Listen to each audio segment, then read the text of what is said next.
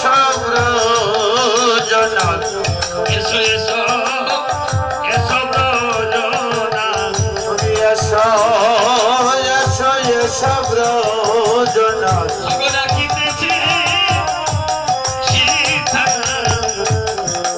এসো এসো এসো ব্রজনাথ ডাকিতেছে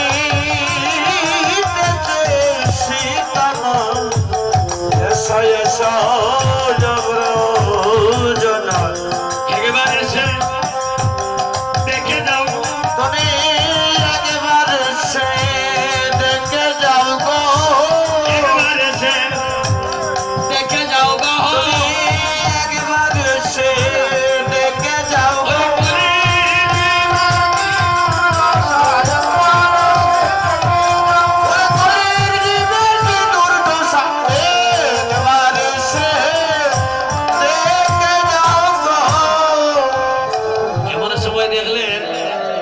তুলসীপত্রটা 1014 বছর 1014 বছর তুলসীপত্র অর্পণ করলেন। অর্ধেকের ছেড়ে দেওয়া তুলসীপত্র বিরুজান থেকে ছুটছে। হরিদাসকে ডেকে ডেকে বলছে, হরিদাস নাম করো, নাম করলে নামের কৃপা হয়ে ওই দেখো এতদিন পর আমার প্রভুর কর্ণপাত হয়েছে। শুনছেন পেছন পেছন গিয়ে দেখলেন সচিমাতাকে স্নান করছেন সচিমাতা, আর সব ওই তুলসী পত্রটা সচিমাতাকে সত্য প্রদক্ষিণ করে পক্ষ মাঝে লীন হয়ে গেল।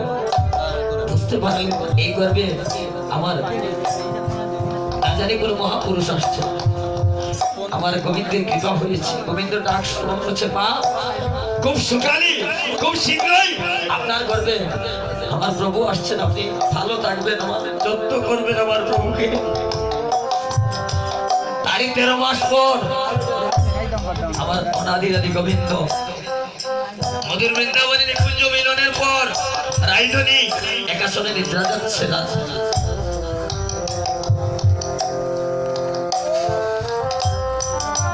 কলিযুগের প্রথম অধ্যায় আমাদেরকে মহাপ্রভু যে অঙ্কটা শিখাইলেন, যুগ শিখাইলেন, যুগ। আমরা আজও যুগ হতে পারি না, বিয়োগ শিখেছি। যে যুগটা শিখাইলেন আগে যুগ হও।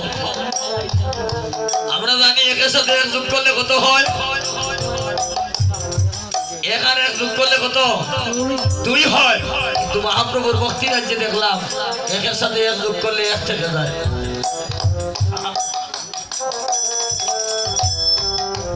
নিকুঞ্জ মিলনের পর রাধা গোবিন্দ একাশনে নিদ্রা যাচ্ছে বৃন্দাবনে।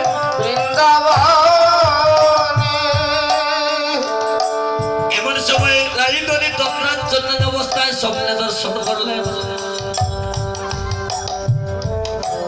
বিশ্ব ব্রহ্মাণ্ডের ভগবান এক ভিখারির বেশ ধরে কাঁধে নামাবলি, অঙ্গে নামাবলি আর কাঁধে ভিক্ষার যদি হরিবল হরিবল বলতে বলতে চলে যাচ্ছে।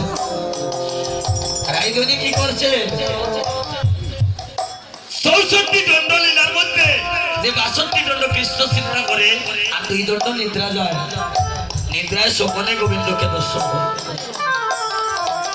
সেই স্বপ্ন দেখলেন ভগবান এক অপরূপ স্বর্ণকান্তি ধারণ করে কাঁধে ভিক্ষার জুড়ি, অঙ্গে নামা বলে হরিবল হরিবল বলতে চলছে। রাইধনী চমকে উঠলেন,